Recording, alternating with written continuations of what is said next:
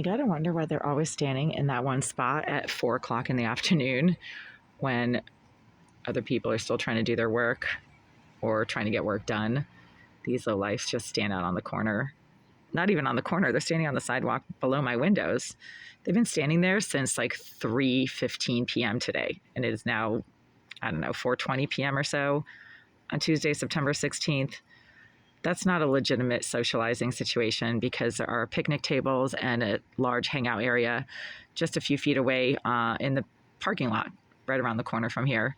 So when they stand on the sidewalk directly across from my windows and get really loud and disruptive, and they must have figured out that I was like filming them out of my window because they suddenly got very quiet, and they stand there for like, an hour and a half just shouting at each other, even though they're like 5 feet away from each other, then that's a deliberate harassment activity and not a legitimate socializing situation. If they were really socializing, they would go hang out where the picnic tables are, right? I mean, that's a hangout situation.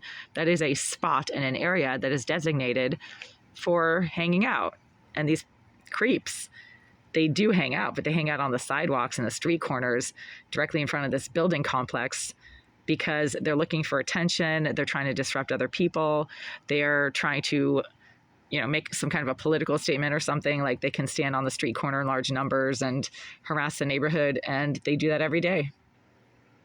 Then they call the police when you film them, even though it is completely legal to film anything and anyone that is in the middle of a public street. You can do that. It is completely legal. You don't have to ask for permission. And anybody who thinks you need to ask for permission to film anything that's going on in a public street is stupid. So I have the right to film them if I want, but they're not really focusing their attention on the gutter where they're standing, because as soon as I poke my head out the window, they start shouting at me, even though they should have no knowledge of what goes on 4.5 stories up from the street where they are standing.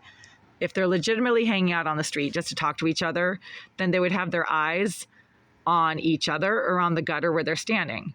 But instead, they seem to focus really intensely on what happens up at my windows that are 4.5 stories above them, that they should have no knowledge of unless they're looking for some kind of a response from my windows by standing beneath my windows and shouting for hours at a time.